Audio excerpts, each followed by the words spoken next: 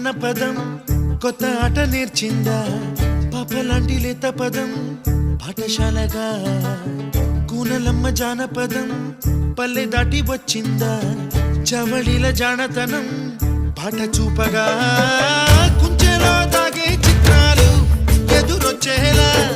అంతటా